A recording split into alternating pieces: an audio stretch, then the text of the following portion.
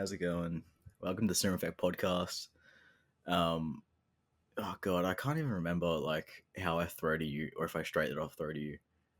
Or do I introduce the podcast? I No, fuck no, it up every week, man. Every time I try. you nailed it, and then now you just go, I'm Jaden, and here's the other guy. I'm Jade, and this is the other guy, my fellow Hans Zimmer appreciator, Finny. Hey, hello, how are you? So another thing I didn't really think about. Do you throw the name after the nickname? No, nickname first. Yeah. But like, I don't know, because usually like the nickname comes in place of a name, but we kind of do. It's kind of more of a title than a nickname. I suppose. Yeah. Well, no, I feel like it's important. The idea is to like establish who's who at the start, you know? Yeah, but a nickname's a replacement. This is a title for the person. Okay, so you're challenging the fact that we call them nicknames. Yeah, after 4 years. Okay, all right. Just another one of the many things that I continue to be challenged on after 4 years of doing this Yeah. show. Almost 5, by the way. Nutty. This is the Cinema Effect podcast where we review and discuss a different movie every week. You can find the podcast on all those good services. Spotify, YouTube, Amazon, I word think of that's it. mouth. I don't know. Yeah. I think that's about it, yeah. This week's movie is Doctor No, the first 007 film. The film came out in 1962, directed by Terence Young, and stars, of course, the first best Bond, Sean Connery. Mm. Um, the uh, the description, what's it called? The Synopsis. synopsis. Yes, synopsis reads: A resourceful British government agent seeks answers in a case involving the disappearance of a colleague and the disruption of the American space program. This was the first time watch for you. Yeah. Is your Bond experience is purely Daniel Craig, right? Yeah, so I've seen drips and drabs of the others. Like I think I've seen, I don't know, 20 minutes of Goldfinger and I don't know, someone. So who was the guy before Craig? What was his name again? I get it mixed up. Brosnan. Yeah, and I've seen bits and pieces of like one of the later, maybe not GoldenEye, one of the other later Brosnan ones, I think. Mm. So anyway, so I've seen sort of bits and pieces, scenes here and there. I've sort of created a picture in my mind of what pre-Craig Bond was, but I don't think I've ever actually seen a full pre Craig Bond film prior to this. So yeah, this was a unique experience in that sense for me. Yeah. To be like, I'm not that much further along. Like, I am Craig and Connery only, and like only the first three Connery as well. So like, I've pretty much only got 2 reference points for Bond. Yeah, yeah. So I don't know. It'll be interesting if we go any further with this. Oh no, are you the same though? Where like when you see like screenshots or little clips or whatever it is of like anyone else playing, like I don't know, insert Roger Moore or whatever, where they just don't feel right to you, or like are they so historically part of the character where you just sort of they connect regardless? I was looking at some pictures of Dalton, and he looked a bit weird to me. Yeah, And I think there is some stuff from what it seems like. Probably even I've seen even less than you of Brosnan, but some of the Brosnan stuff I've seen does look a bit weird. We'll say. yeah, Yeah. yeah. That's how I feel. I like look at some of those other people, and we'll get to Sean Connery and stuff. But I look at some of those other guys, and I'm just kind of like, I don't know, man. Don't know about this. I know it's long in the past, but like, if they just don't feel right to me personally. Mm. What are your opening thoughts on Doctor No though, as a first time watch, as a first time Yeah, Bond thing? yeah. It's a very, very basic movie. Mm. And that's what I was surprised by, and also found enjoyment in. I suppose the plot, beat by beat, was even more simple than I was expecting, and I wasn't expecting anything too crazy, especially going in. I had what Fitzy I think said a couple months ago when we were deciding if we were going to do the film. He said something along the lines of, I think that this film sort of feels like a proto Bond film, or it's sort of like before Bond, like the franchise sort of fully establishes itself as having its own identity in cinema. Um, so I sort of had that ringing in my head as I jumped into it, and with that in mind, it even still managed to be more simple than I thought. Um, it's probably about spot on in terms of like how much action there was, Mm.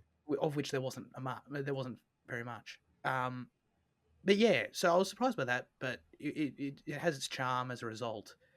Um, I don't know. I probably would have liked something um, that was a little bit more complex in plot overall. But yeah, like I said, it's kind of the double-edged sort of like, yeah, but it is what it is, and that's sort of what's charming about it, especially knowing it's the first one all the way back in the '60s, and they pumped them out pretty consistently right after this as well. They jumped on board the train to the point Mm. where you know about that Casino Royale parody film? Yeah, the non-broccoli one. Yeah. Yeah, yeah, yeah. That was released in. I just saw it last night. I'm pretty sure it was 1967. Yeah, I So think like, so. so we're talking about like literally this franchise hadn't been around for 5 years, and there was already like a feature, decent budget parody of it. You know what I mean? Mm. I Mm. feel like that sort of speaks volumes to how quickly they sort of laid the groundwork for these films and how quickly they sort of resonated Yeah. in Hollywood. But Mm. yeah, sorry, yeah, it had decent performances and dialogue that kept me engaged. Um, and also, it was that combined with my like just that personal curiosity I had that I was talking about going in. Um, that sort of just kept me interested, and just seeing how a lot of the things that I take for granted about Bond as a character, as a franchise, what they were like all the way back at the beginning, seeing how that all came to be, kind of thing. Mm. No, that's it's interesting that you see this as a proto Bond because like I think like yeah, I guess so. Like I think they came out of the gates and nailed the formula, and I think they've stuck with it. It's just a bit more stripped back. Um, he comes in, he fucks, he kills, he has a good time doing it. And I love him for that. I love how procedural it is, and I feel like it probably is some of the more investigative side of Bond that we get to see, especially compared to Mm, I don't know. Craig kind of gets taken for a trip later. It's still kind of discovery, but yeah, this feels a bit more investigative, which I really like. Um, I love Connery as Bond, which I'm interesting to hear your point, your feel on rather. Um, and I think it's such a fun and easy watch given its simplicity. Like you just kind of sit there and you get taken on this step by step story. And that was the intention of the producers. They chose this because it was an easy story to tell, and they wanted an easy jumping in point for the character. And I think it's successful. I think it's a really fun thing. I think it's a fun Cold War narrative. Um, and like I don't know, I think like the only thing that really is missing from the Bonds that we kind of became accustomed with later on is some of the action. But that's the '60s yeah, for you, and I still love that side of it because they do what they can and they do it pretty well and in a fun way. Um, yeah, I I think I mentioned a few times before whenever we do kind of dip into like some of these older films on the podcast because we don't often go this far back, which is crazy because 50 years, you think films have only been around for another 50 before that, so it's like we're halfway mm, through mm. history pretty much. Yeah. That's funny. Yeah, yeah, Um, I love this old way of filmmaking. I love how static the camera is and how much it captures and how much you can kind of just your eyes can just read in easily. Um, I love the set design and the aesthetics and the scores, and I love this kind of whole strip back thing. Hate the Hays yeah. Code because of the censorship it's imparted on some of the stuff that could have been great. Um, but yeah. Wait, Um, what do you mean Hays Code? What does that mean? the Hays Code basically came in and like censored a bunch of movies and made them all sexless and stuff like that. Oh, it's legislation. Yeah, Gotcha. Sorry. Yes, yes, yes. yeah. Um, what I think let's start with Connery. I mean, he is the main point. He is Bond.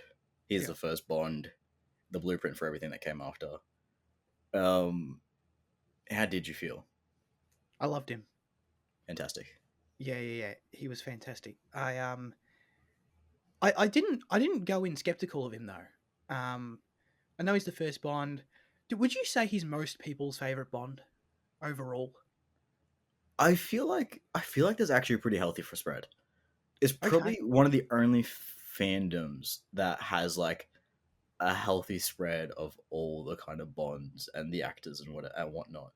Yeah. There Yeah. there probably is a bias towards the first and the most recent, just Yeah. given the way Yeah. that franchises work and who's seen what. But like Right. in terms of like the core fans of the series, I feel like there's a pretty healthy spread. I feel like Okay. you're equally as likely to hear someone say, "Oh no, I like more as my favorite." You know?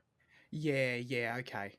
I suppose what you grow up with is a huge influencer in that because I don't foresee in my lifetime ever Daniel Craig not being my favorite. You know what I mean? Sure. Just because of those films and how awesome they are to me, Yeah. and how awesome he is in them. But yeah, going back, so I wasn't skeptical of Connery just because I don't know. I feel like in my from what I've heard, probably because like other Bond people I know are like that generation older than me, sort of in my family. Like my granddad's a pretty big Bond fan, and Connery's his favorite. Because he's of that generation as well, so that makes perfect sense. But I don't know. So like I know Connery's sort of obviously the first totally iconic in the role. I know people really love him in the role, so I wasn't. I would have definitely been more skeptical of one of the other guys we were talking about earlier Yeah. going in. So like I didn't. There was no preconceived idea that like, oh, I don't know if I'm going to like this, but I still didn't really know exactly what to expect other than like I've obviously know what he looks like in the role, so I've seen it, but I didn't really know what to expect in terms of the feel of the performance and all that kind of thing. Um, and I don't know, yeah, yeah, he totally just won me over. His charisma, it's very, oh, it's interesting to compare them. I don't know. He's just very. Would you call him suave? I guess. Mm-hmm.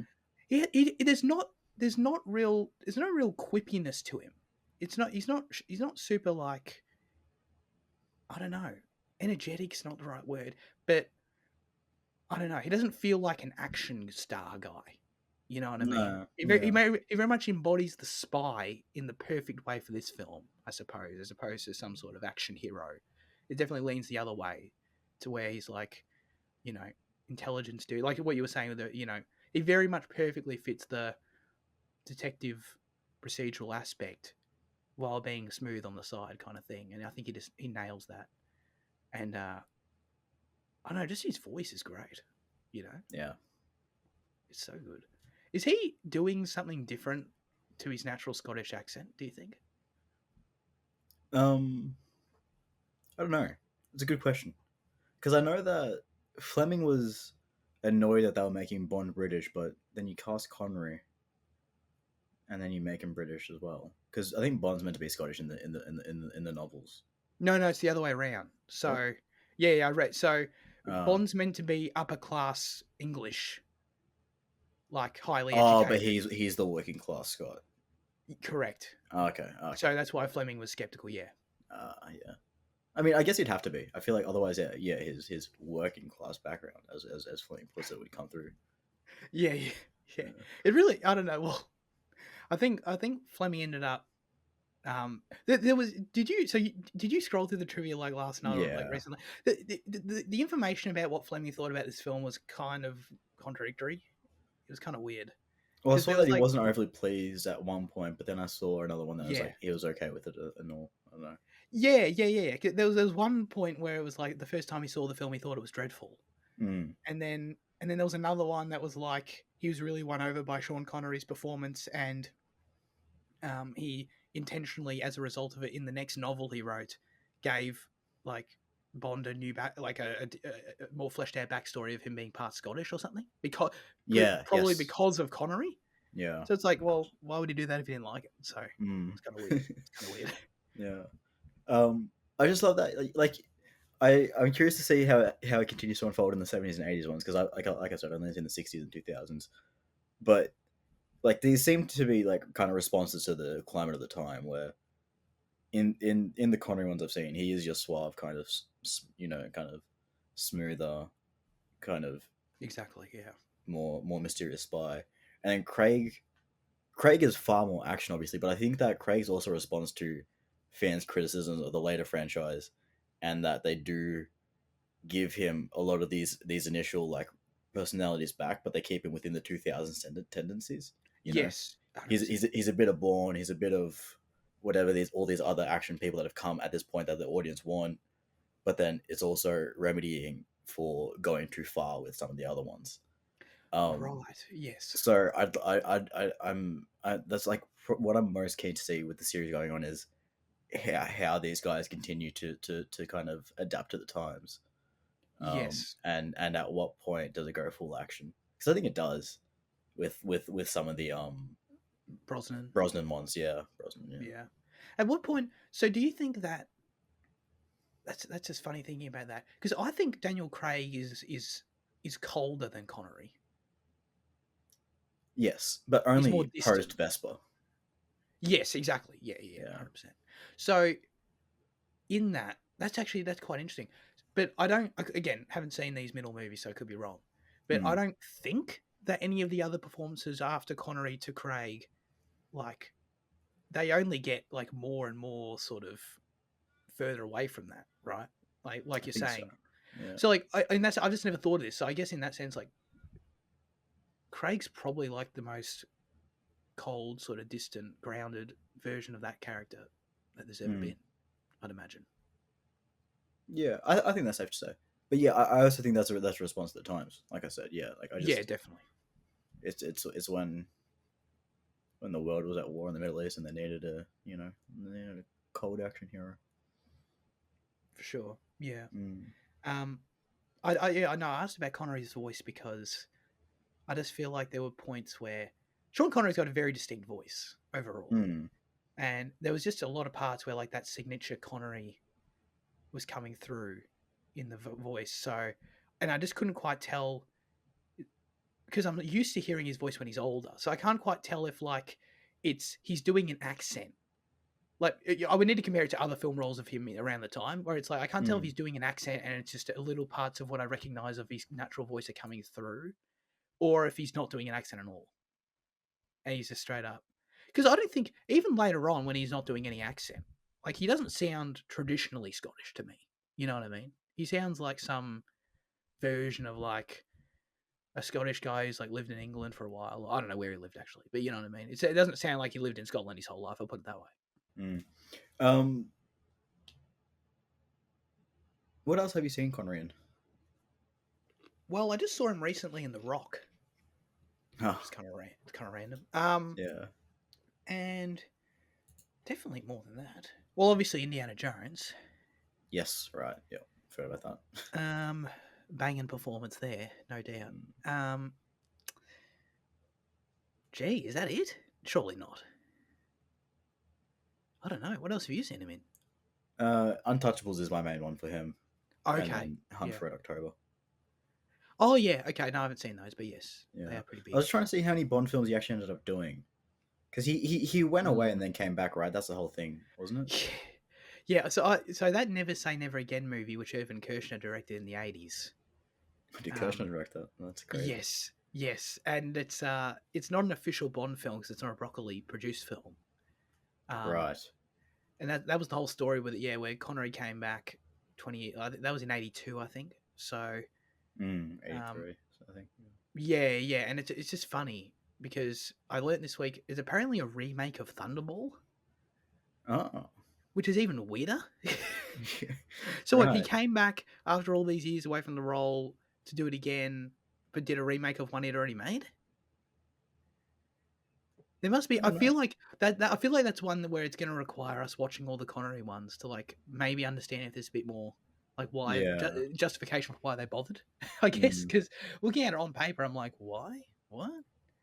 So how would they have gotten the permission to do that without Broccoli financing it? Because I assume he owned the rights to license it, wouldn't Yeah. It's beyond me. I would hope it's in the trivia for those. he? Right. Mm. How'd you feel about Bond's counterpart to this in this film then? The Honey, Honey. I mean, he goes through a few, to be fair. Quarrel and Honey are probably the main ones though. Um, Quarrel. Oh yeah, yeah, yeah, the dude. the Cayman Islander. Sorry, I was very much in Bond girl mindset when you asked the Okay. question. He can, My he can, he bad. can be a Bond girl. Yeah, sure. We see him in I his mean, little, kind of speedos, don't we? sure. Um, yeah. So the way this film portrayed its female characters was interesting to me. Um, I don't know. I liked Honey. Hmm. I guess. Okay. Well, first of all, that scene where she comes out of the water. I guess that's iconic because I guess that's like what they always recreate in these films from now on. Hmm. Is sort of what I gathered. But like when Connery comes out and starts singing, that was pretty weird. you know, It's the only time he sings in the the only franchise. the only time the character sings, yeah, Uh, yeah. That was kind of weird and kind of creepy, to be honest with you. That was like, I thought it was fun and playful. yeah, yeah, no. In the end, it was. Mm. There was no. I don't say it in the way of like it felt sinister in any way, and it didn't. But it was just playful. But it was just kind of weird. It just kind of took me by surprise. He just Mm. came out and enjoyed. He was like, "This tune's so good, I'm going to come out and start singing." Well, I guess it speaks to how he just can't help himself when he sees attractive women. He just like Mm. he's on his mission, but he likes what he sees, and he's just like starts joining in. You know what I mean?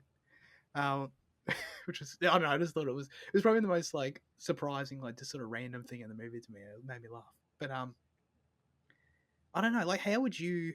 I feel like you have a better range of understanding of like these kind of I don't know what's the best way to put it. Like just lead Hollywood, like the type of like actresses they cast in these roles at this time in the 50s and 60s. Like, how does Honey's performance to you like stack up to equivalence around it? You know what I mean? Um, I don't know. I feel like you put pressure on me to as for Well, this as if I'm fucking some kind of oh educated yeah, sort of thing. Um, sorry, but you know what I yeah. mean. Where it feels like it has this quality where it's like I would not, in a modern sense, consider it a great performance by any means, but No, sure. it has this quality to it that resembles other films of its time that I've seen, I guess. And it didn't take me out of it at all. I don't think it was a bad performance. It just felt very much of its time, and I was sort of curious how you felt about that. Yeah. Um, no, I do quite like it, especially especially as a period of as a factor of its time. I guess like you saying that, it just kind of made me think of things, and it kind of feels like um, Rocket in Planet of the Apes to an extent, where in that one Charlie Heston just finds an attractive woman and then kind of drags her around, and she's kind of like kind of like this is what this old man's doing here as well. Um, so it kind of feels like typical of like a storyline as well. But then like in terms of casting, like I don't know, I don't think she was a big name given the trivia. Mm. Given that she was casted off the picture that they saw and they're like she's hot. Yeah. So like but I don't know if that's how they cast all of them. Like some of them, like I think some of them are like casting of conveniences and all that shit. Mm. So in terms of like Moneypenny and stuff like that, though, like I don't know whether she was known and things like that. Yeah, no, I don't know either. Mm. But yeah, I like how you put that. They stumble into each other, and then the main male character just drags her around. That's pretty much what happened. Yeah, I mean, like she wants to go, and he's like, yes, Yeah, all right. yeah. They just literally drag her around because she's attractive. That's pretty much it. Mm. Yeah, I don't know. I guess. I mean, that sounds bad, right? It does, but like I don't want to defend the film too much here, but like I think the female characters have a decent amount of agency, especially given the time and the type of film it is. Right. Like I I think, agree. especially shown with that first one he made, Sylvia Trench or whatever it is. Um, she engages kind of completely on her own, and she initiates, and she kind of has her own, and you can tell that she's kind of respected or powerful or rich or whatever in her own right. Yeah. And then even Honey is kind of um, written to be a bit intellectual and whatever about the marine stuff and all that. So like, Yeah. it's not perfect. It's definitely far from perfect, but like, Yeah. it's probably more human than some Bond girls get later. Right. Well, that's my thing. Where going all the way back to the '60s, the Bond girls as an archetype, as a thing. I'm not going to say it was great. it was Mm, better than I expected. To be mm. honest, it was not nearly as bad as I thought it was going to get. And to your point, I'm pretty sure I have seen things where like it gets worse later. So I guess it's a credit to the film for maybe being ahead of its time. Maybe, I don't know. It sort of felt that way based on my I mean, pre. to be fair, without the Hays Code, like then those two characters would have been stripped naked, and then it's like probably a bit further back along. I Um, mean, Sylvia still would have been doing it of her own. yeah, yeah, If right. you want to Yeah. read into it, yeah, but I get what you mean. Like But then, yeah, the the Honey Rider thing becomes a lot more yeah, that's weird. perverse. Yeah. Yeah, definitely. So yeah, not perfect, but Yeah. I honestly expected those characterizations to be worse. Um, Mm. you're right about Sylvia engaging in all herself. Honey stood up for herself multiple times. I like how this is all bare minimum stuff, and we're like, oh yeah, I know, yeah, exactly. That's why it's like very clear, guys. This is not praise per se. yeah, It's just like an no. observation, I guess, because um, I think it's the I story don't of the know. movie though, better than they're further Yeah, than you expected, kind of. exactly. Yeah. Yeah, and it's like when Honey told that story, she gets a whole monologue where she talks about torturing this dickhead man for a week, and it's like, you go, good on Mm. you, kind of thing. They gave her the time of day to sort of develop her in that way, and I understand the backstory is sort of to service the larger plot where they're sort of trying to just build up Crab Key as sort of a dangerous place kind of thing. Mm. Um, so there's always, it's not like they ever become like central characters. It's always about Bond, but um, yeah, no, I think they handle them decently compared to what I was expecting. Mm. Yeah. How do And you feel about? Sorry. the men quarrel later. Oh wait, okay. So, oh my god, Puss fella, wait, who's the other guy that you just said? the Yankee that rocks up Oh to yeah, a he was couple alright. of times. He was just Yeah. there. He was alright. Mm. Mm. Um, M and Moneypenny were cool. I was kind of, I don't know. I guess for some reason I didn't expect them to be around so early, and the fact that they weren't Sure. even really, and they weren't even really introduced. It wasn't. They didn't go through. It was very much just like this is the world. This is. They're only in the movie once. This is how it rolls in Bond. Mm. So, did you Which think is cool. Moneypenny and M were a Craig thing, or No. I oh, knew okay, no, but I just I didn't. I could have gone either way if they were going to be in the movie, in the yeah, first movie, and if they were in the first movie, I would have thought there would be some sort of introduction to them of like mm. a bit more backstory of like, oh, Bond, oh, he's been on this mission and now, he's promoted to join. I don't know what I thought. Maybe we got because the Craig movies go to make an effort to like actually establish the backstory to these things, and they progress into them. They progress into that level where sort of Ray Fiennes becomes the M we know and all that kind of shit. So I guess I maybe just expected if we were going back to the start a similar thing where the Connery version of Fines the character has to Dench. like Wait, Fines takes over from Dench, right? yeah, Yeah. but he becomes like the M. Yeah, he becomes M, right? But like he becomes the version of M that like sits in the office that you know what I mean. Like and then Oh, right, Moneypenny's sure. outside. I just mean just to come into that version of the character that Yeah. people Okay. Yeah. recognize. Sorry. Yeah. So I guess I going back all the way back to the start, I just sort of expected something similar. Um, for Connery's version of the character to then like have to learn about this stuff as well as the audience, but that's not true at all. Like the audience is just very much we're just in the thick of like this is Bond's reality. Here it is. Um, which is fine. And I presume then that it mustn't. I don't know. The books probably don't even have an origin story for it. I've got no idea, but it's probably just all part of the character. And I presume I don't know how popular the books were, but a lot of people probably knew all that anyway. They're probably just fans of the books. Yeah. That's another thing I was wondering. I was like, for one, how does Fleming does Fleming feel the way that old mate that wrote Planet of the Apes does, where like the films is just like overtook the books in such an unexpected way that people completely forgot about the books, or like I feel like everyone knows the character's Ian Fleming's James Bond though, Like I feel like his name has remained synonymous with it, whereas They've I done a feel good like job of that. Yeah. with a lot of other novel adaptations at the time, even The Shining to an extent, I think King felt shut out by Kubrick, especially given the difference in that. But then yeah, like I know the Planet of the Apes guy, like ended up not liking how much of the film overtook it. I know the Clockwork Orange guy, I guess pulling from Kubrick again. Um, what's his name? I can't recall at the moment. But he Oh did, yeah. the film fucking became so much more popular than the book again in that case. So like, Mm. I think people tend to forget him as I'm forgetting his name as well. So like, it's interesting to me that Fleming has remained so attached to the character, given that I didn't think that his books were that widely liked, like, not liked, but like you don't really see him too much today. So, but I guess Yeah, I guess they today. have managed to, yeah, Yeah, you're right. It's also, I don't know. It's kind of interesting in that like Ian Fleming died 2 years after this movie came out, so like he was obviously aware. I think he probably would have seen two of the films, maybe three at most.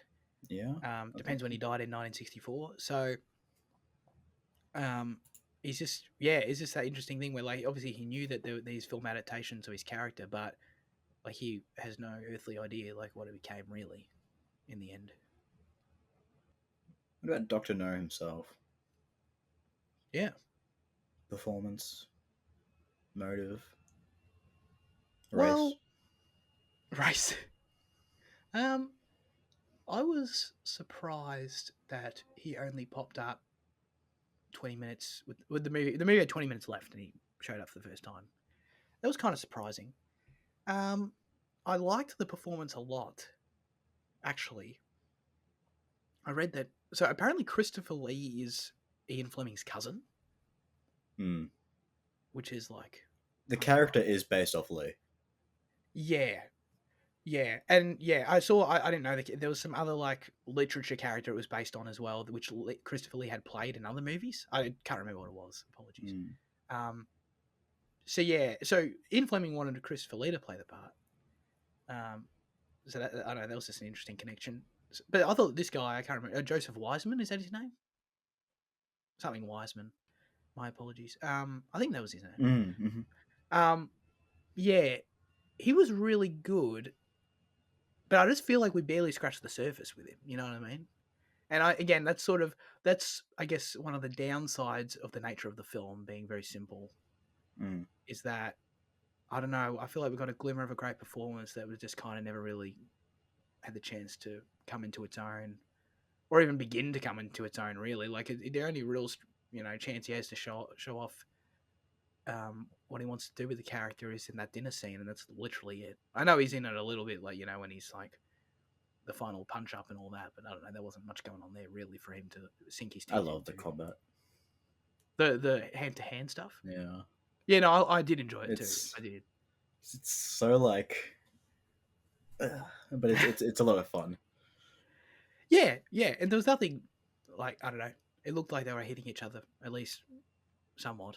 You know, Yeah, it didn't look bad. I've seen when way worse. when Connery like went to stomp on him like towards the end, to me it looked like real contact, and because like the way that like Wiseman, or like I guess the stunt double maybe, like reacted, it looked like he, like, I don't know, that was great if it wasn't, but it looks like Connery actually stomped on him. Yeah, yeah, it Yeah. did. That whole final sequence, there was a lot going on there. Um, and I think it speaks to what you were saying earlier about going back to these sort of stripped down productions where to achieve certain things, like how do you do it? You just do it. You just Mm, get a camera, you put it some distance away usually, and you just shoot it. You know what I mean? And then that's when you get all those scenes where like everyone's frantically running down the corridors at the end of the film, and like the actors and the extras are literally tripping over each other because that's just that's what it is. You know what I mean? mm. Um, and I like that a lot. And it's the same with the whole final punch up, on the elevator thing, whatever that was. I was watching that, and it was just cool to watch because there is no way I don't think that anyone would shoot it like that today or do it like that today. No, Where yeah, it's literally just like it was very much just like I don't know, something like you'd see in a play or something like that. It's just they built it. Hey guys, jump on there and do your choreography, do your thing, and we'll just shoot the whole thing and from a wide, and the audience will see it. That's all it is. There's no cutting. There's no real hiding of anything. mm. Um, there's no real trickery being done. And that's what I think that's really cool. I think Doctor No's lair, and especially like that kind of radiation chamber thing, like whatever that kind of control room at the end. Yeah, Some of my favorites, like set design, like just in like kind of film history period. Um, I love the aesthetic that it kind of established for villain layers going forward. Um, and I just think the design of like the technology and like making it simple enough and readable for the audience to know that, oh, he's cranking the wheel like that and we can see the danger zone. Yeah, yeah, yeah, It's like a fun way to play from it, but then like you have all the other like real looking instruments or whatever.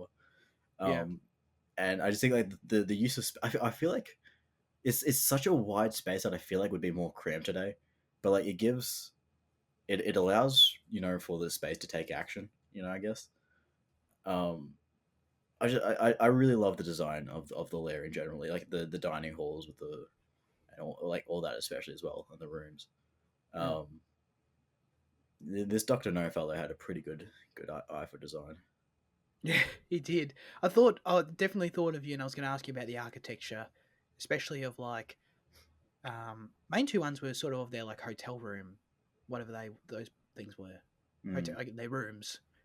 That was interesting, and then the other one was when oh god, I don't know the guy's name, but the guy who then sort of halfway through the film visits Crab Key, who's like working for Doctor No low key, and he gets put in that Dr. Grunt, yeah Grant, geologist whatever. whatever. Yeah. Is that it? um I think so. Yeah, that sounds right. Dent.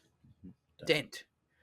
Yeah, when he visits Crab Key and he's put in that sort of large room with like the skylight, and Doctor No booms his voice booms through the room. I thought that was an interesting Oh, piece that of was sick. architecture. Yeah, Yeah, yeah, I thought yeah, you'd like that. That was yeah. cool. I completely forgot about that. I actually forgot quite. I forgot a decent amount of this film, so it was nice to rewatch. Um, that felt very like it's fun to think about for one this franchise, but then also additionally other action films, and then additionally Austin Powers as like the Oh, parody to it. okay. And it's just fun to like I loved kind of seeing that, and like the kind of this kind of omnipresent voice booming on this kind of character. Um, Oh omnipresent, yeah, is that the right word? No. yeah. Um, I know what you mean. yeah. Um, but yeah, like, and kind of what comes after it in terms of like this kind of motif. Is that where it comes from? You think like the motif of the villain like speaking over a big, I keeping their feel like if identity you want to secret? trace it back, you can probably take it to Wizard of Oz. Okay. You know how the wizard speaks through like the Yeah. microphone, and the I think that could be what you're kind of looking for. True. Okay. But I feel like in this kind of spy action kind of sense, maybe here. Okay. Yeah. No, that's a good point. I didn't think of that. Mm. Um, how, but like Doctor No's motives, did you care for them? Oh yeah. Um, Not really. Mm. It sort of just felt like it was fine. It was sort of to me. I don't know. Maybe I don't know if there are more interesting political connections at the time that would make it interesting. Just me watching it though, I was kind of like, oh yeah, I don't know. That's excuse to. It's fine plot excuse stuff, I guess, and I understand it loosely ties into Cold War stuff. Yeah, it's just good Um, Cold War narrative in kind of making the Americans look dumb and defunding them with their space program, kind of. okay, right, Yeah. yes, Um, because at first I was a bit lost rewatching it. I was like, wait, why is he doing this again? I was like, because the commies are bad. That's why. yeah, Is my camera frozen, by the way? yeah.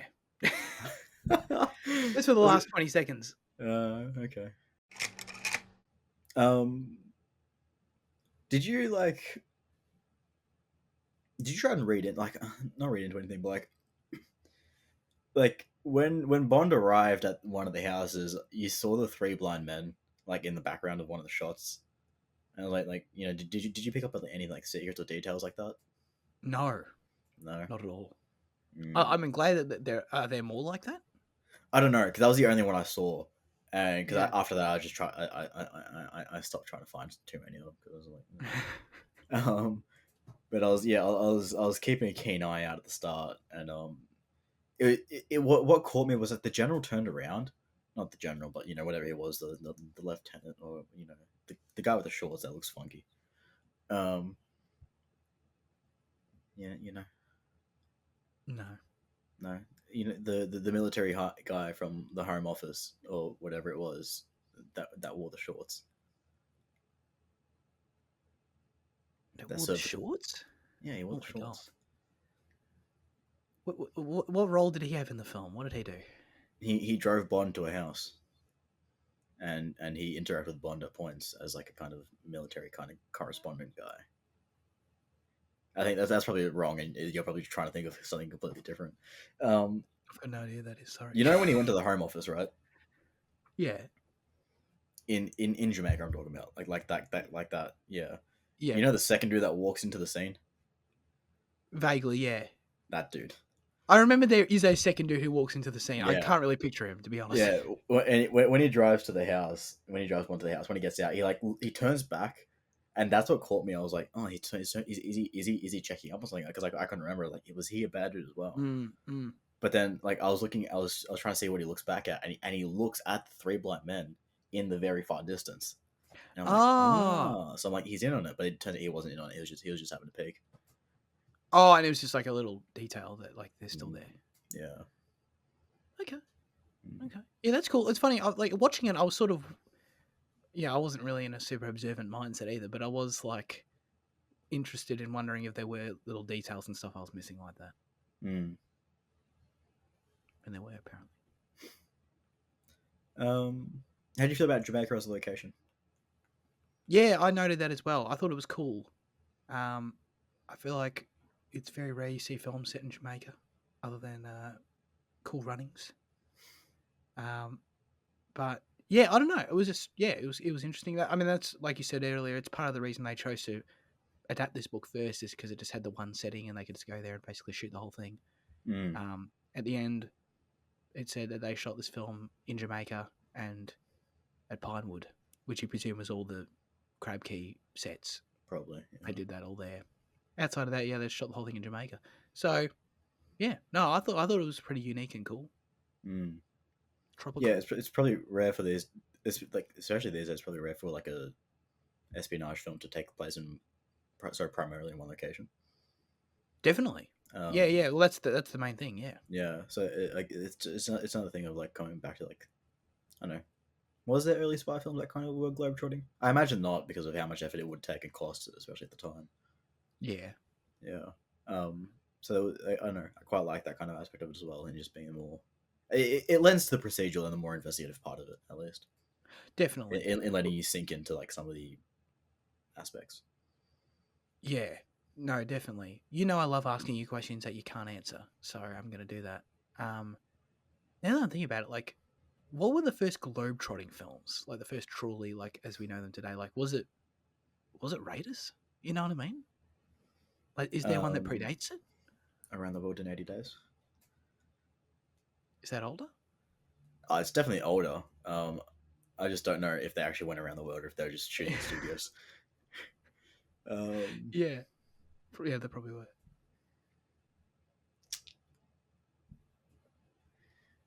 Yeah, I don't know. I can't really think of too many things. I don't really want to spend time looking through my letterbox thing, but like, Oh no, yeah, no, yeah, I can't really think of anything off the top of my head. yeah. I'd say Again, something predates Raiders, but I mean, okay. for sure, like predates Raiders, but like, yeah. Well, what about the third one from Russia with Love? I don't remember what that does exactly. Okay. I watched this back in like fucking I don't know 2016. I don't remember a lot of these early Connery ones that are. Yeah. Yeah. What did you think of? Sorry. Sorry, we're gonna go. No, you're fine. What did you think of Connery's intro scene at the poker table? Because that's like the iconic thing about the movie. Probably more so. I think so, at least other than anything else. It's probably the thing I've seen the most. I love that his iconic line of Bond it came as like a kind of mimicking thing to Sylvia. Right. Yeah. True. Which is a fun detail. Because like without the audience latching onto it as a not joke, then we wouldn't have this thing that every other Bond says. Right. Exactly. Yeah. Because there's no real reason for him to ever say it again. He just says it in that moment because she said it. Yeah. I think Honey introduces herself that way as well, doesn't she? Yes. Yeah. But like yeah, so like I think it was meant to be more of like a playful joke, right? And then like the audience liked it, and it's now what the character is known for doing. Yeah. Which is that's right. Which is like a I don't know cool and fun thing, I guess. Definitely. I don't know. I like that. I don't know, the casino and gambling and stuff. That's all very linked to Bond, you know. Mhm. So it's I guess it's been there from the outset with Connery. Yeah, 100%. Of course, my modern brain just goes back to him playing Mads, in Mm, Casino Royale. That's where I go.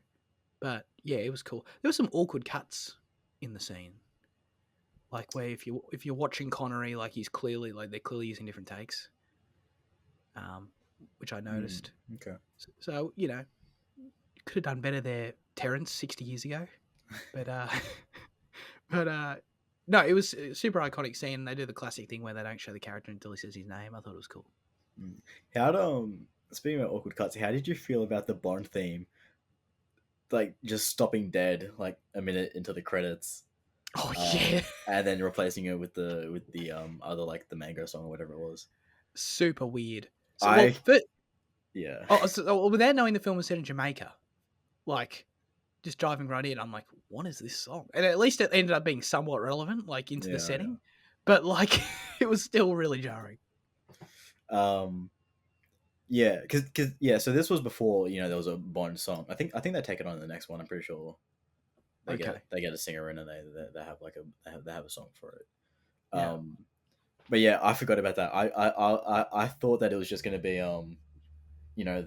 the Bond theme like for the entire duration. But then yeah, it it's was just not. such a sudden stop, right? Like it's not even like there's like a blend or like a fade out. It's just Not really, no. yeah, dude.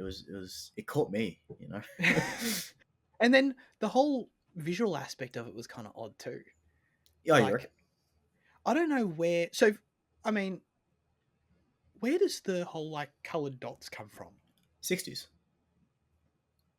It was common in the 60s. That's just a 60s design kind of motif. Okay, all right, fair enough. Yeah. But then I transitioning into like the weird silhouettes of people was kind of And then the dancing women is kind of more Bond. yeah, It's okay, yeah, still 60s, I'd say, with the Technicolor and kind of stuff. okay, Um, and okay, still something very synonymous with that, I feel. But yeah, it kind of leans more into Bond, yeah, when it kind of gets to that side. gotcha. Okay, no, that okay, that makes more sense. For me, like without that historical context of like that sort of being a aesthetic of the time, it was just kind of random to me. I was like, well, I'm just so used to the other Bond intros feeling thematically relevant, and I'm just like, what's up with all this color? What's going Yeah, on? from memory, the next few kind of stick with it a bit, where they are kind of just Technicolor circles. Okay. But even like the Casino Royale thing intro, that's got a bit of it, doesn't it? Like I know it's got the cars and shit, but it also has a bit of like the dancing, doesn't it? Yeah, here's the dancing women. Yes. Yeah, yeah, Yeah, I assume that's a callback to all this. Yeah, which is yeah, cool. yeah. Um, I don't know. Any other big feelings with this movie that you feel like you need to get out? Um, I wanted to talk about the intro, so I'm glad you brought that up. Well, we kind of talked about the action a little bit. Well, yeah, I you mean had the the one only kind of big explosion set piece at the end, yeah, you did, and then the and only other and real the car chase, I guess. I was going to say the car chase was really the only other real action set piece, I guess you would say, in the movie. Really. Mm. Um, yeah. How do you feel going back to these? Because um, I'm very mindful not to be like I don't know one of those annoying people, which is actually probably most people. But like, if you were to sit down with most people, right, and watch that scene, they'd be like, "Oh, this looks terrible," you know. Which car chase? Are you talking about the one at the start from the airport, or are you talking about the one where it blows up? No, no, the one where it blows, like the one up the mountain to that chick's house. Mm, mm, mm. Um, I thought it looked fine. I don't know. I genuinely had no issues with it. Do you think people take issue with it today? 100%, yeah, Oh, yeah, really? definitely. Okay. And that's the thing where like I don't have any. I'm not. I can't really criticize because I understand the nature of what it was at the time. Um, Mm. Obviously the green screen is very limited. You know, it's just it was Yeah. jarring. It was jarring going back and forth between.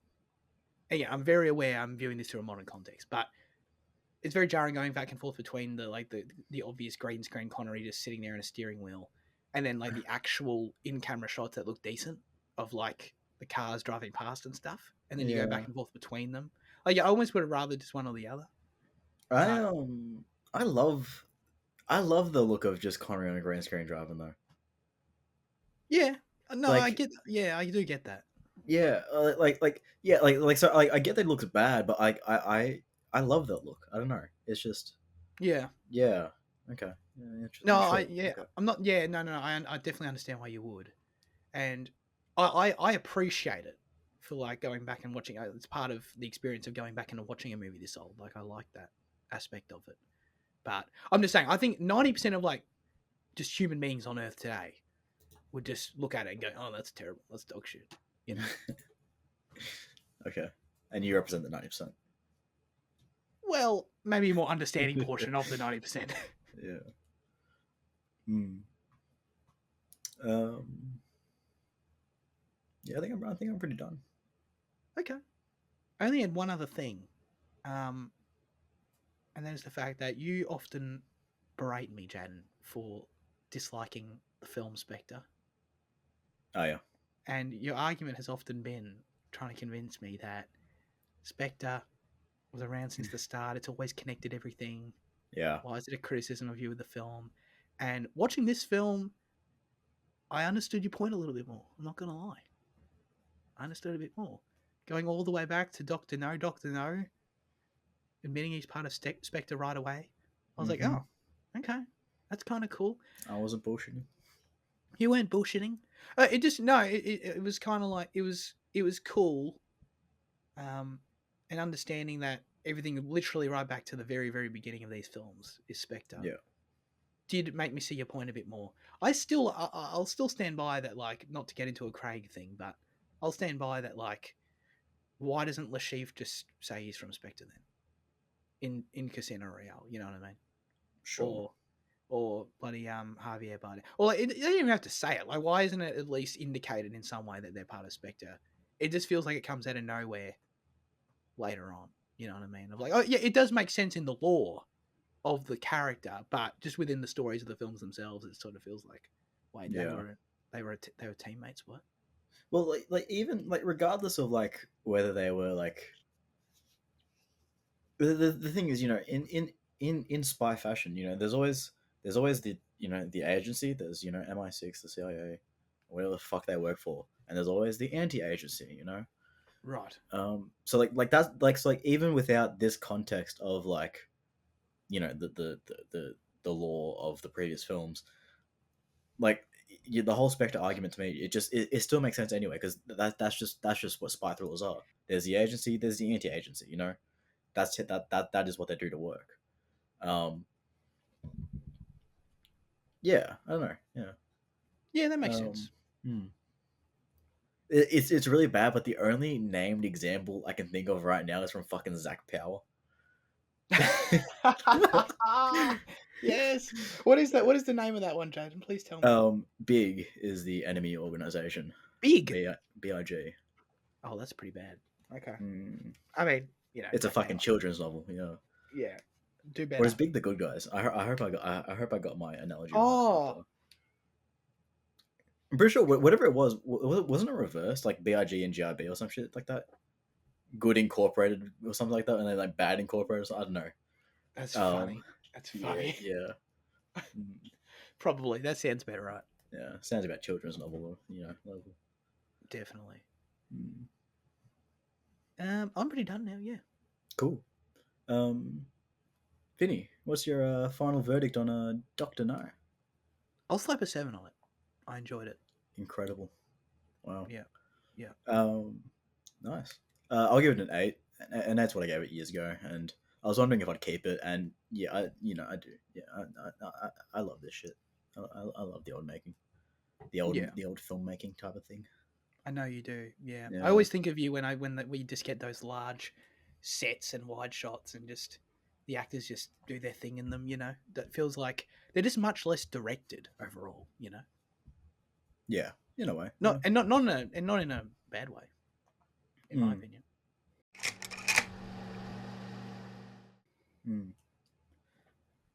mm. No news this week, so straight into highlights. Have you hmm been watching anything? Um, a little bit. I want to use my highlight this week. Jaden, have you seen Bluey? No, no, I haven't. Have you Never. heard about Bluey? Of course, I've heard about fucking Bluey. See, I had heard about Bluey, obviously, as well, but I'd never seen it. I didn't really know. I just knew Bluey as like that kids show Sure. where but like but do you know has like a good reputation? Like I knew it's that kid show that Yeah, everyone says they like, my basically. media teacher from year 12, because she had a child that was like very young, like 1, 2, whatever. Yeah. And every day she'd come in and be like, "Oh, dude, Bluey's so good." Like unironically, Bluey's so good. And then I know more Yeah. recently the Yanks have taken it on. Where like there's some people I follow That's on Twitter sweet. that are like they're like that have no kids. They're like mid-20s, and they're like, "Oh yeah, Bluey's fantastic." I'm like, hold on, Yeah. mate. Like understand kids and parents, but like, Yeah. who am I to judge? I like Yes. Avatar and I like Star Wars: The Clone Wars. But Bluey always felt like that one step younger. It is, well, it is. It definitely is. Yeah, yeah. It So still yeah, is. please go on though. Um. Yeah. Oh yeah. So I never. So I was in the exact same boat you were in, but had never watched a second of it actually. And my cousins introduced it to me this week, Mm-hmm. and I don't know, probably watched like 10 episodes or so. They're all like 7 minutes long, Mm. and dude, Bluey's fantastic. Oh my god, I get it. I get it now. But why? Like what makes it good? It's it has to be seen to be believed. Like not really, not in the sense of like it's so unfathomably good that no, not like that, but like it just it really does. You just need to watch it, and if you watch 2 episodes, you'll get it. You will, But but how is it not just like a Peppa Pig type thing? it's not. Is It's it is it it not just is because it like is, but it's localized? not. But no, That's but the thing. dude, So the thing with it is right. It's like it's like if Peppa Pig was Pixar, in the sense that it kind of looks like Peppa Pig. It kind of follows the family format of a Peppa Pig, mm-hmm. in the lesson format and like the voice acting style and all that kind of thing. Like Peppa Pig is probably the best comparison, like in terms of like the presentation of it. But like the actual scripts are like feel much more like tuned to Pixar, where like there's like little jokes snuck in for the adults only. There's like the way that they tell the moral of the story is like really like, oh shit, that's like a powerful message right there, kind of shit. You know what I mean? And they always able to like, I don't know, work around into something that's always like really relatable in a small way. Like there's episodes about shit that are like super relatable that I've just never seen a TV episode about. Like there's one we watched called Midnight, and it's about and it's about like it just follows this format of like I think it follows it's like 8 weeks or so of like you cut to the family every 8 weeks like taking their bin out for the night, you know. But then like the thing is that they're like telling like what they did this week, and it's like you get the evolution of like what life's like at kindergarten, and there's like a valuable lesson about like bullying and all that kind of shit in it. But it just does it in such an interesting way where like a Peppa Pig would be like, oh, she goes to school and she's actually at the kindergarten, and then the bully comes up, and then whatever, right? But it just chooses to do it in like, no, let's tell it through this way of like the midnight aspect of it. And then there's this other one that's about like sitting at the dinner table and like telling stories about what your favorite part of the day was, and it's and it's just all these situations where instead of like it's just a lot less wait, I don't want to get the wrong way around. It's a lot less um, show don't tell, yes, or a lot better show don't tell, I guess.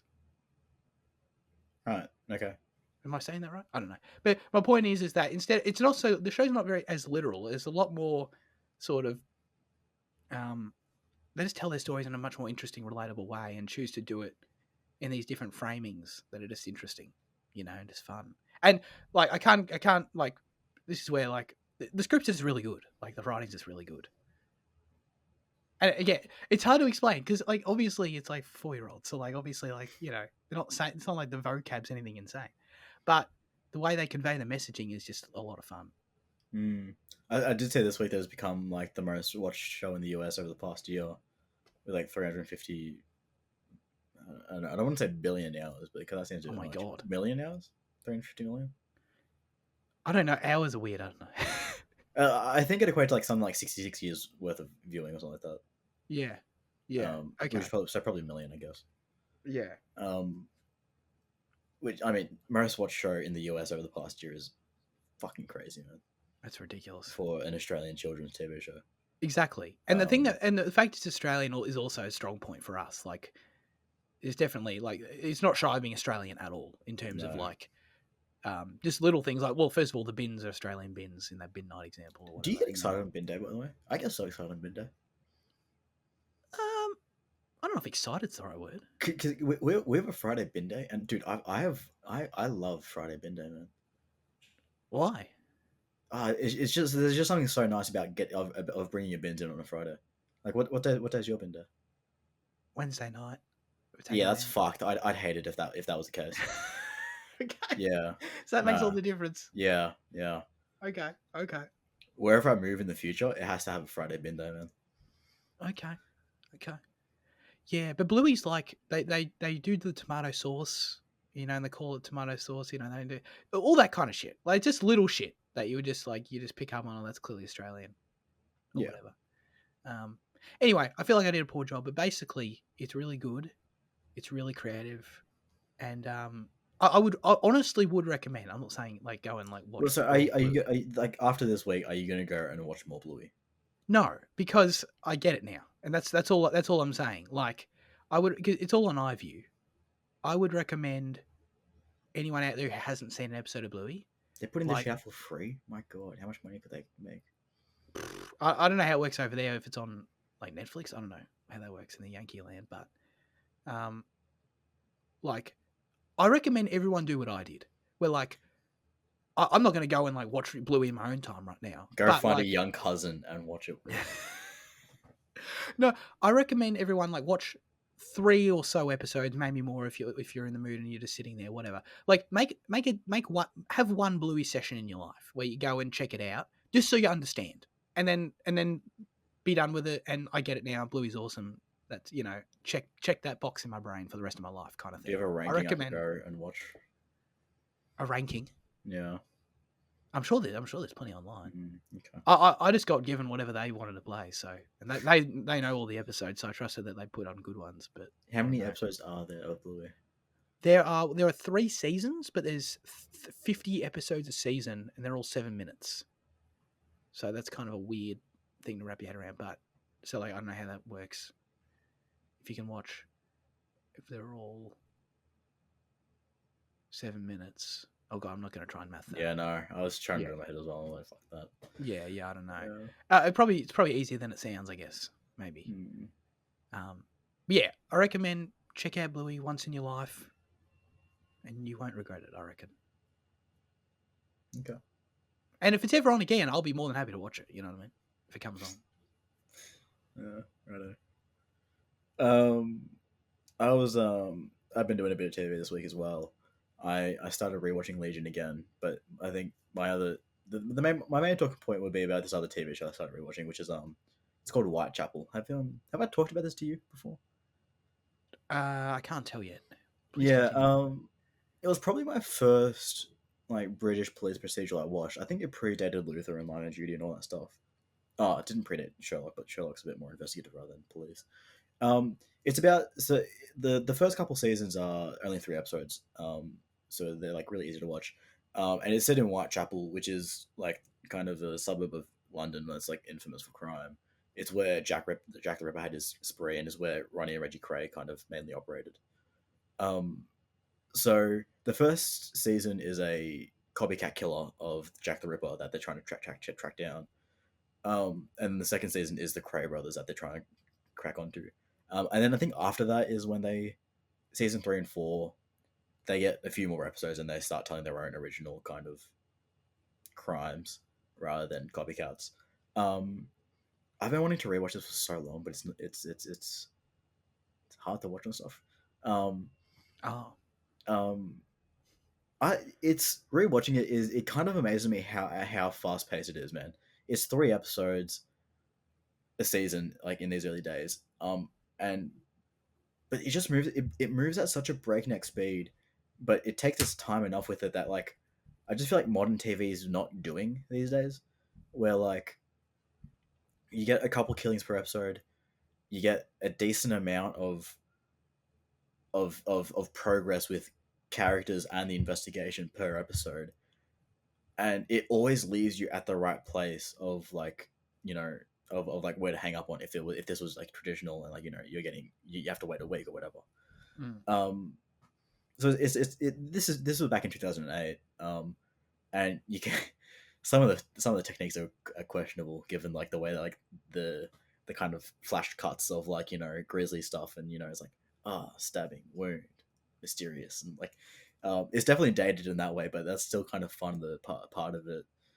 um but it's I think pace is the main thing that I've been taken away, and just that I feel like a lot of modern television is scared to move too fast. um Mm. and like, the reason I brought up Legion is that it was kind of a similar thing where like Legion was doing things in an episode that Disney Marvel can't do in a season. Um, so like, um, but like they do it well. Like whether it's Hawley or whether it's the writers directors of the actual episode, or you know, it's a combination of those effects, which is most likely. Um, I haven't seen Fargo as like a kind of point to kind of compare it with, Mm. but yeah, it's like, I don't know. I've been rewatching TV and rewatching greatly paced TV. Yeah, okay. Gotcha. Sounds like you would really like House of the Dragon, Jan, actually. You think that's good paced?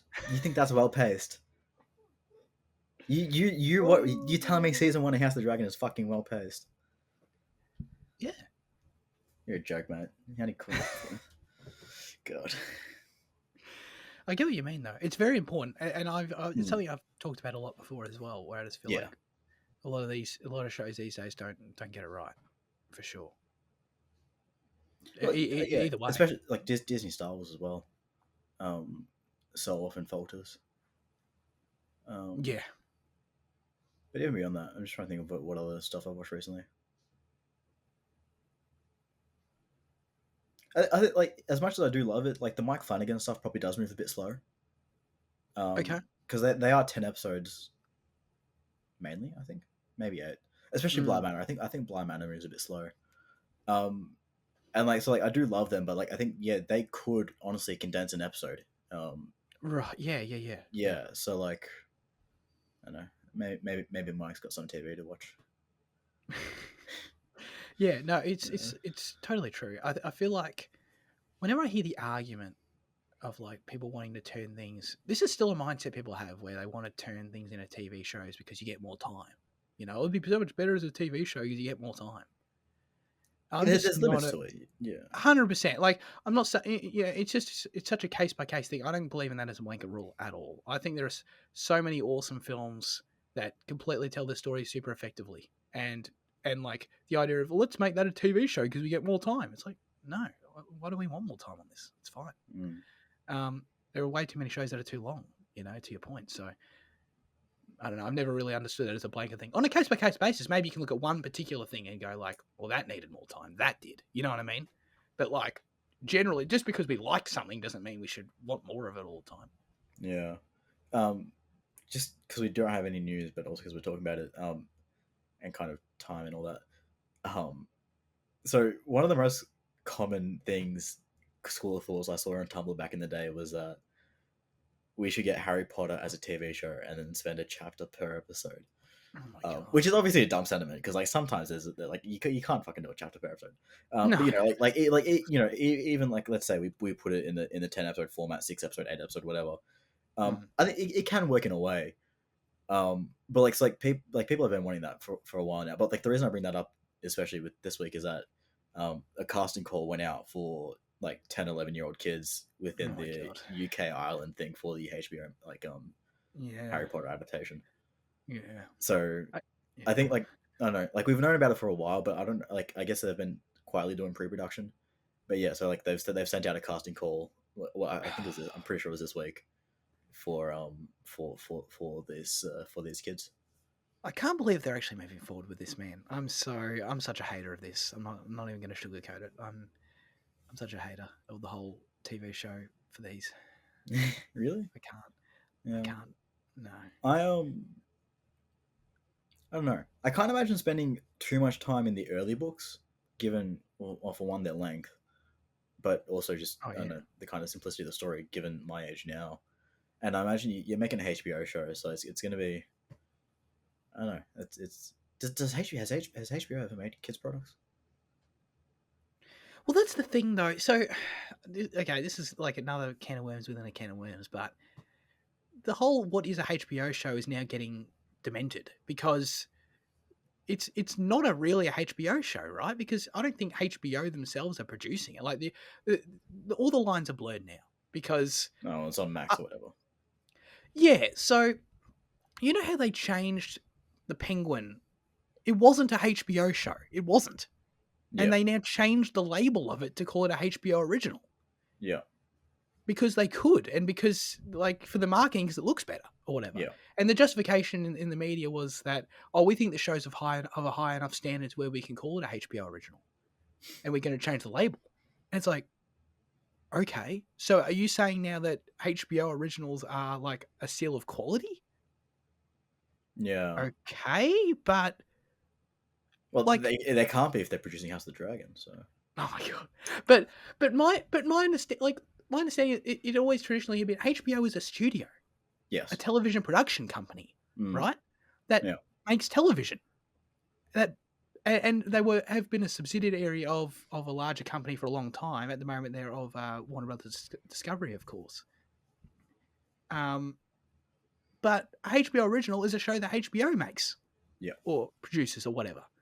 And now, because Warner Brothers Discovery has Max, has Warner Brothers Television, their whole, they've got all these different arms that are producing television and producing film.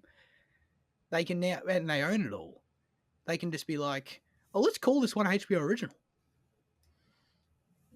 And it's just like, what? mm, I don't know. I'm not a look. Maybe there's more technical legal stuff to it that I'm not understanding, but it's pretty concerning in my opinion. Like, dude, go back to the original trailers for when like the original trailer when the Penguin came out a year ago. It said Max Original because it's not an HBO show. mm. Um. Anyway, so to that with Harry Potter, it's like basically, are they going to shoot this whole thing, watch dailies, and go, oh yeah, I reckon this is good enough to call it HBO Original? Like, but because my understanding is that it's not a HBO show, Right. really. I Yeah, don't yeah, think so. And to your point, HBO wouldn't make this because, yeah, exactly. They wouldn't make. I don't think they'd make a kid show like this, really. yeah. Mm. Um, so yeah, it triggers me obviously, but yeah, I know. But I know you just sound because I know you're obviously a huge Harry Potter film fan as well. You just sound in general more optimistic or more open minded to it than me, which is surprising. I feel like usually I'm of the two of us, I lean more open minded, and I'm just not open minded about this. Um, I would love to spend more time in the Harry Potter world, regardless of what it is. Okay. That's why I don't completely hate the Fantastic Beasts stuff because Mm. it's time spent in the Harry Potter world, and time spent in a world you love is good time spent. Yeah. Um, so if they do this all right, then yeah, I'm keen for it. Okay. Especially the later years, but the thing is, I Oh yeah. I'm like by the time they get to later years, given that TV takes fucking 3 years to produce a season these days, True. I'm gonna be fucking 45, man. and, Um, and all the that's the thing. Like, it was already a struggle enough. I don't know. I'm sure they've thought about this. Like, they would have had to have, but it was already a struggle enough for them to keep up with the kids' ages when they were making these movies. And it's mm, like now you're going to shoot seasons of TV. Like, mm, what is whoever's playing Harry going to be 30 by the time they get to season 7 or whatever? mm. So Um, unless they do like a 3 episode season type thing and they try and pump it out faster, but then at that point you're making you're making a movie. it's pretty much the movie length. Yeah. yeah. So I don't know. Do you have any Yeah. thoughts about that? Sorry, as well, about the length, the amount of time it takes to make TV? Because I see it constantly nowadays Mm, where people are complaining about mm. the length of time it takes to do that, which is something I honestly didn't think about too much until I started seeing the argument. To me, I was just like, oh yeah, no, it takes a while. But then I was like, oh no, when I was younger, I was getting a season per year of my TV shows that I like. Yeah. Um, do you know what's caused that change at all? Do you have any thoughts on that change? Yeah, I have thoughts. I don't know. I don't have any answers, but I imagine it's related to um, a combination of quality and culture shifting in TV production in terms of I think if you go back, so it's The interesting thing what is, you I want to can't do. imagine it being a quality thing because Legion pumped out 3 seasons in 3 years, and that is the highest of qualities that I can imagine. How Okay, many? How long was Sopranos in production? That was pretty much a season per year, wasn't it? yes, until the end. Yes, I And think they skipped a you're year in telling the me it's end. going to be a quality kind of argument. I don't believe that. No. That's why I think it's a combination. So I think overall, um, so okay, quality might be the wrong word. I take your point. Um, I think more so scale maybe might be the better word. Um, in terms of these shows now having these pipelines where I think if you go back 20 years, like the way the pipelines of production for TV and film were just so different, where, um, you know, they were shooting TV shows a lot closer to their air date and that kind of thing. Like seasons would be airing and they were still shooting the season as the first Yeah, episode aired, that kind of shit. yeah. So that became a lot more film like. Again, I think probably partly because, well, for some shows, I imagine because of like CG stuff and like, just those pipelines being different for how they have to make it. Um, and then also, I think culturally, in terms of like, at some point there has been a shift. I don't know what caused it. If it was COVID, I feel like it was even a bit before COVID, maybe. I'm not sure if I'm smart enough to point out when it was, but at some point there was just a cultural shift of like, we don't have to do this anymore. Like, we can just shoot like a film, and you know, have it in the can for 9 months or whatever, and have spend a lot of post production time and we don't have to be frantically editing these episodes as the season is airing, kind of thing. Because that's obviously what they did. Like, you look at The West Wing, and that's a show that, talk about quality, but it has 22 episodes. Like, it literally aired for half the year, Mm. you know? And then had half a year off and aired for half the year. And, like, in order to achieve that, like, I kind of, there must have been a lot of franticness making that show and making all shows of its type at the time. I just imagine it was like, honestly, I just imagine like there was just a lot more work involved and it was a lot more stressful. And I assume at some point it has just changed to being a little bit more.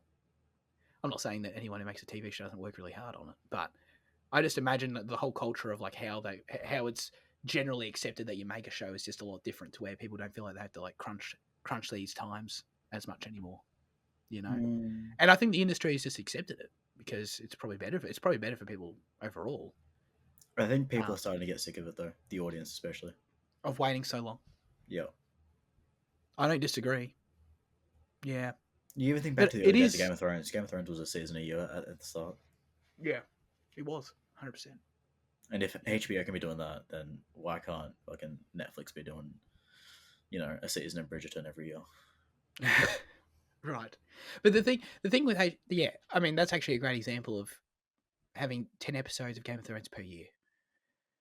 But that's the thing. Like, I imagine, I again don't know. I'd imagine talking to anyone who worked on that show at that time, like they would say it was really hard, and they much prefer how the quality of work life balance and all that kind of thing has shifted now. You know, for the industry overall and the health of it. I think that's the argument you'd hear. And I'm not But saying, is it? I mean, like, the pre people work for a couple months, the production people work for a couple months, and then the post people, like, it's not like a simultaneous team like constantly working for 9 fucking months.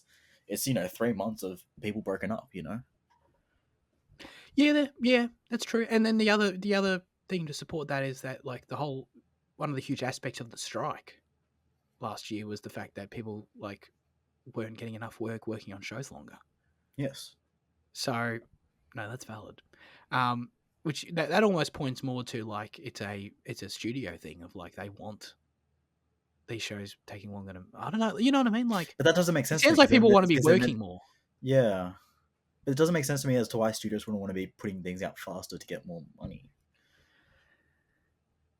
Yeah. Unless they're relying so much on audience anticipation to rewatch and build and then grow.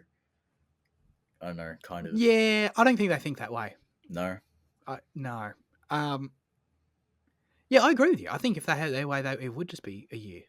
But Yeah. no, it's interesting. Do you so the causes are those were my thoughts on the causes. So you had a totally strong counter argument to that.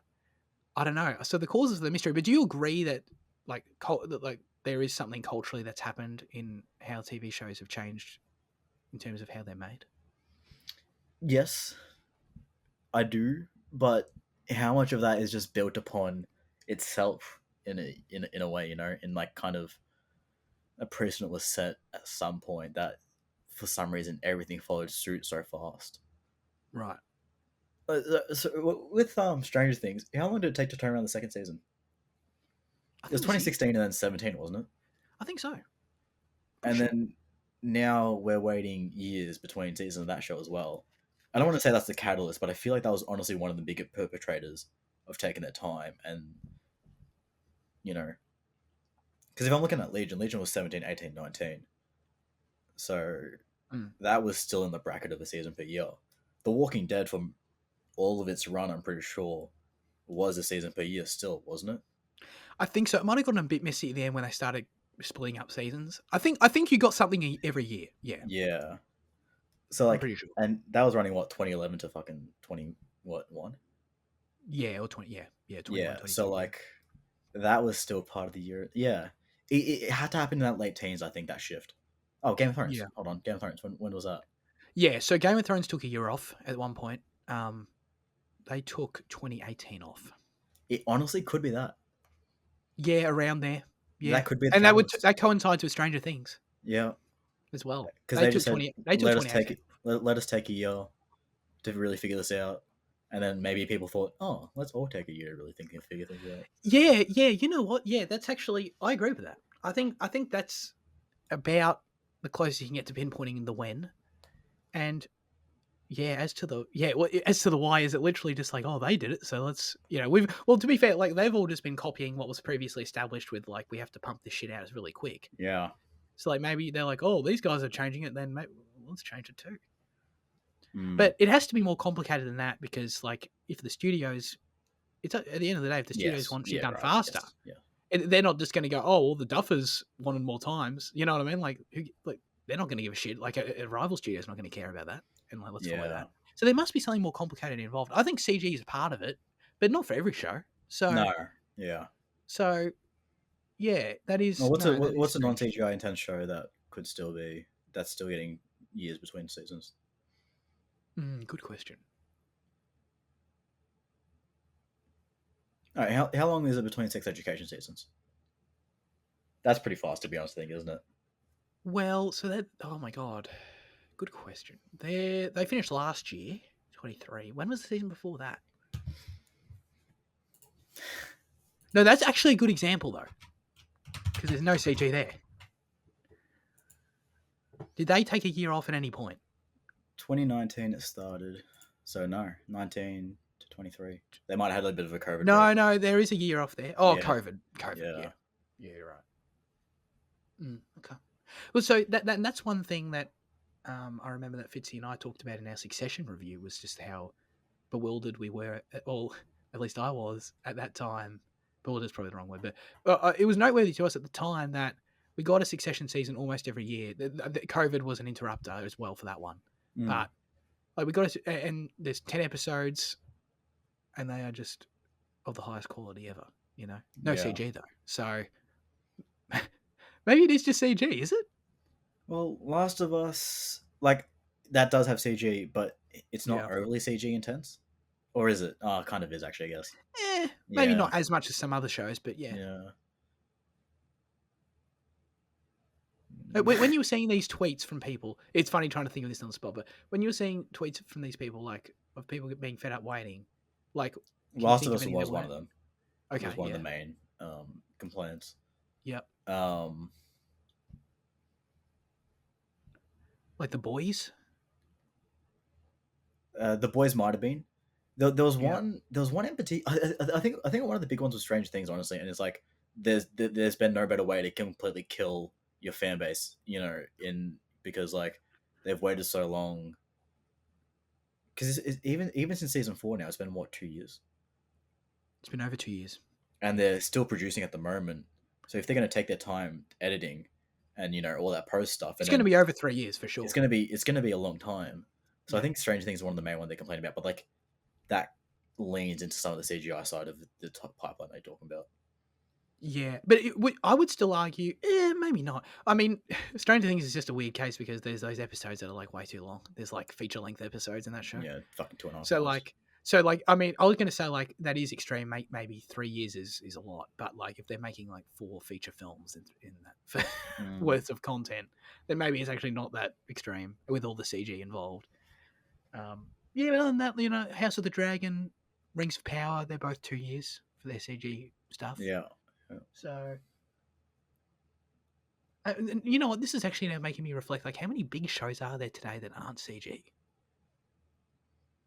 You know what I mean? Well, Slow Horses apparently fucking. Oh yeah, I think that's every year.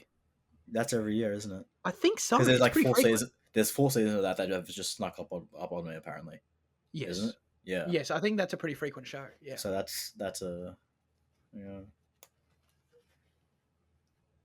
I think What was Westworld doing? Westworld. Yeah, they. Oh. Because they took time at the end, didn't they? But season They were. 1 and 2 were pretty They were fast. every 2 years on the dot. I think consistently every time. Was that because Nolan was swapping between something? Was he writing something else? Not that I know of. No. Okay. No. Yeah. I think it just was. Yeah. Okay. You know what? I think we solved it. It's CG. Around 2017, 2018, the CG pipeline got too much. So yeah, and you know what? Even if you track it, go back to the Game of Thrones example. Do you think it crossed a point? I know that CG involved the whole series, but do you think it crossed a point around when they took that year off?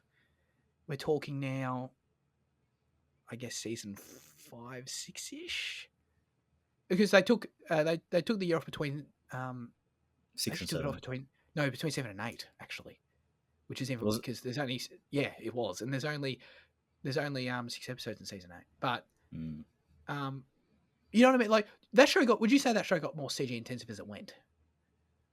I think it did. Yes. Yeah. So that's I don't think a it got, supporting I don't think it argument. got better as it went. I still think that fucking Drogon flying over that battlefield in season 7 episode whatever the fuck it is looks pretty poor. I feel like I can fucking count the frames on the model. Yeah. So I leaned on it more though. I think you're right. Yeah, it got more CGI intense, but I don't know if it got fucking better. Yeah, sure. But I'm just trying to point at like the shifting pipeline. Fewer episodes, more time, more CG. It's interesting. Yeah. Now's the time we throw the show over to you guys with our question of the week. Last week we asked you the best question of all time, which is what is the best James Bond theme song? Were you expecting a bit more from this? Yeah, I'm disappointed in the audience this week. I'm not gonna lie. There's a few people in our audience in the Discord that I thought were pretty keen Bond fans. I'm not gonna name names, but there's a few, and that haven't really spoken. Yeah. That's all right. Andy wrote in saying anything but whatever Sam Smith sang. Dude, look at this GIF again just to scroll past. Yeah. Oh my God. Which, like, to be fair, I listened to all the Bond songs this week, and there's definitely worse stuff than what Sam Smith did. I'm still salty that he got the song over Radiohead, but I sure, whatever. Have you heard Radiohead Spectre? I think I have back in the day. I can't remember anything. Can't remember it at all. But I'm not getting tune, man. So Sam Smith's, it's the worst Craig one, right? Surely. Yes. Yeah. Yeah. Thank you. Yeah. Okay. Yeah. I like Sam Smith, by the way. But yeah, not that GIF. That GIF is absolutely. This is fucked, man. I'm looking at it and I'm like, is it him? Because has he had work done? Dude, it is. No, horrifying. I don't know, dude. It doesn't look like a real human. It looks like an orc. Yes, honestly, yeah, it does. It does. It looks like there's like prosthetics on the nose and shit. Yeah. Oh my God, man. Fucking hell. Spooky says Dr. Luke says Skyfall, great song, best opening. which is there's a strong case there. There's an easy case there. Yeah. It is phenomenal stuff. Liam wrote in, who is absent from today's episode, that he says Diamonds Are Forever, mainly because it's an amazing sample for Kanye's Diamonds from Sierra Leone. Which one was Diamonds from Forever? Sorry, let me just quickly say that. Yeah. Diamonds. I needed to check these too. But Liam's is a new answer. The Shirley Bassey one. You see, I'm not a fan of the Shirley Bassey ones, to be honest. She comes back quite a few times. She does Goldfinger and fucking Diamonds Are Forever. She does Moonraker. I don't love those ones. I'll let that one in early. Okay. What else do we have? Leanne says Live and Let Die, which is by Wings. You like Live and Let Die? I should have listened to these before, and I feel really bad. Wings is the I'll let you the do Beatles it. bloke. What's his name? McCartney. No. Yes, it's McCartney and some other bloke. They formed a band after the Beatles. Really? Yeah. So that's it's a respectable answer. I like Live and Let Die. But she does say, however, Nobody Does It Better and A View to a Kill are also great theme songs for Bond movies. Which one's Nobody Does It Better? I googled like their dates, and they're all Roger Moore ones. I think, I'm pretty sure. So, I think that reveals Leanne's favorite Bond right there.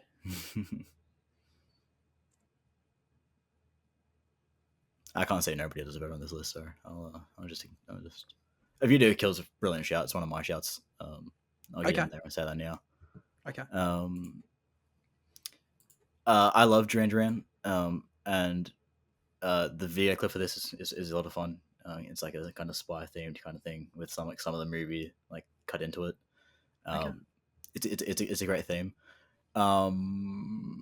I'll let you hop in before I go to my other ones though. We can kind of Yeah. We can You're kind the of trade connoisseur them. here. Yeah.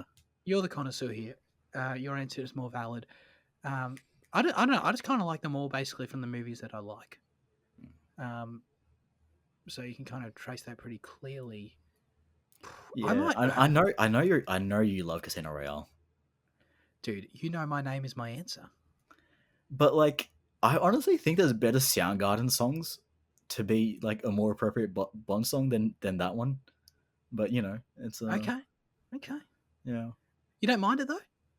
Yeah, I think it's strong. Okay. But like overall, I'm not putting it overly high. Okay. All right. Fair enough. No, it's my favorite because I don't know. It is. I feel like it fits the movie perfectly, and it feels the most unique to me of the Craig ones. Like I think there's a bit. I mean, Sam Smith. I think Adele definitely set a precedent with Skyfall that they've then followed since. Exactly. I think like I really like No Time to Die as well. Skyfall's just a no-brainer, but I like No Time to Die as well. It feels like it follows in Adele's footsteps to me. And You Know My Name stands on its own, I think, in the Craig verse. So, and I think it's a banger, so I'm a fan of that. But shout out honestly to the Alicia Keys one. I forgot its name. Something. Another Way to Die. That's a good one. Is that the one Leanne said? Oh, dumb. No, it's just Nobody Does It Better. Yeah, the names are sometimes a bit similar. But that's honestly a pretty decent one. That's a pretty good one. I feel like it might get overlooked because it's Quantum of Solace, but yeah, dude, Jack White on that as well is fucking phenomenal. You got the record there? Yeah, this is 20 Bond themes. Let me just see if Nobody Does It Better on this. I don't know if it is. Yeah, on the Spy Who Loved Me. Okay, there you go. Okay. Carly Simon. You see, the reason I didn't hear it this week is because it's not on Spotify, but it is on the record. Oh, okay, nice. So you must have the record. Yeah, I have that, and I have it. I have the Time to Kill soundtrack. But I was like, I can't use that one. Time to Kill? That's wrong. Hold on, what am I talking about? A View to Kill. A View to a Kill. Yeah. I have that sound, but I was like, I can't break that out in case we do it in the future, So I get the compilation one. Sure. Yeah, the thing, Bond songs are tough because there are so many strong ones. Like, let's be honest. Yeah. Um, we've covered some of the no brainers, but um, like there is something. It once again it predates the precedent set by Adele, but like the Jack White Alicia Keys one is the guitar on that is just phenomenal. And it Mm. kind of stands on its own the way that the Cornell one does. Um, I mentioned A View to a Kill, but I think the other one that I love, and honestly might be my main one, is The World Is Not Enough by Garbage. Um, Garbage are a phenomenal band, and this is a phenomenal song, man. It is so strong. Her vocals are phenomenal. The music is brilliant. It leans a little bit into like a kind of almost trip hoppy territory, while like strongly staying on the soundtrack side of it. Um, the World Is Not Enough is just phenomenal, phenomenal song. Um, so I'll give that a shout. Um, Nice. yeah, So wait, what year's that film? uh, Sorry. I don't know because I haven't seen the film. I only know the song. Yeah. Yeah, They're all. Oh, dude, they all. There's so many. I confuse them. Is it like 80s? 99. Oh, Jesus. Okay. Yeah, it's the last Brosnan one, maybe, or is there one after? Really? No. There's 2002 Brosnan, isn't there? Die Another Day. Yeah. Oh, Second okay. last Second Brosnan one. one. Yeah, gotcha. Yeah. Okay, no. Yeah.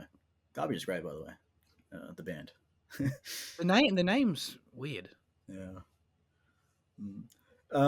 That's all for this week's episode, though. Thanks for writing in. Next week's question is who is your favorite American gangster? Fact or fiction? You know, take your pick.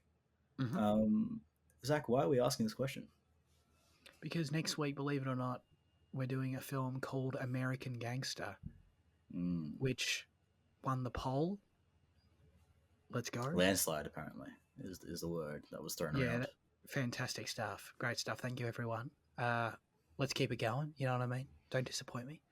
But yeah, American Gangster is on an absolute shitload of services, including Netflix, Binge, Foxtel, Prime Video, and Paramount Plus. So, no excuses, I don't think. Unless Stan's your only service, then you missed out. But outside of that, check it out. This is going to be our, fifth, sixth Ridley joint? Probably, yeah. 3 Aliens, Blade Runner. Oh. Wait. Oh, yeah. Is that it? Have we done? Oh, God. I feel like maybe our fifth. I don't know. But we're probably missing something given the fucking 220 episodes we've done. Yeah. But yeah.